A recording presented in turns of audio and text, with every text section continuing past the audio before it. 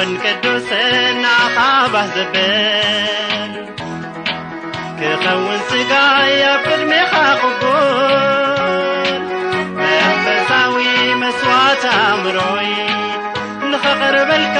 ጸጋኻ ኣብዝሓለይ ጸጋኻ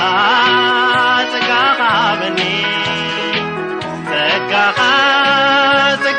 ሃበኒ بقدوس ሕይወት ከመላልሰኒ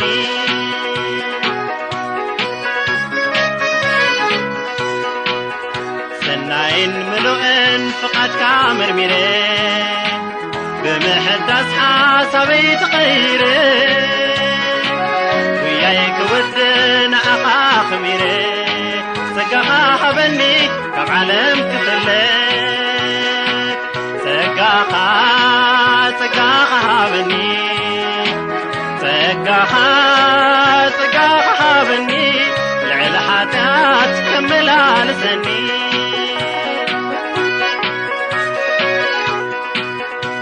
ትርጉም ምንባረይ ኣብሪኸ ክፈልጦ ዝግባኣኒ ዕየይ እውን ከስልጦ ኩሉ ከመስከር ጥሬትካ ምዃነይ ንቓልካ ክመስል ጸጋኻ ኣብዝሓለይ ጸጋኻ ሃበኒ ጸጋኻ ሃበኒ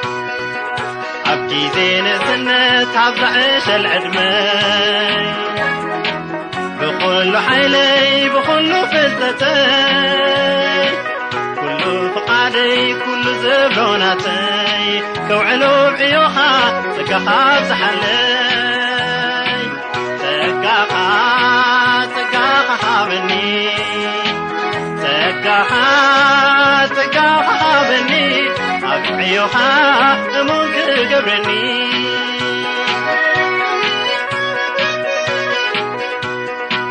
ኣብ ምስፋሕ ወንጌል ተጊሄ ኸገልግል ኣነ ሓሲርን ስምካ ኸኽብር ክመስሎም ነቶም ናይ እምነት ደጋኑ ክርእዮ ስምካ ልዕሊ ኩሉ ኾይኑ ጸጋኻ ሃበኒ ጸጋኻ ሃበኒ ልዕሊ ሓጢኣት ከመላልሰኒ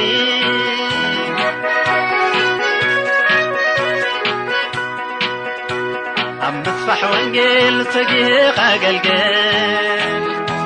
ብምርካብ ምስኣን ንስምካ ኸኽብር ክመስሎም ነቶም ናይ እምነት ደጋኑ ክርእዮ ስምካ ልዕሊ ኩሉ ኾይኑ ጸጋኻ ሃበኒ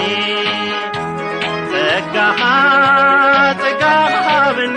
ኣብ ቅድሜ ክብርኻ ንምቋም ክኽእለኒ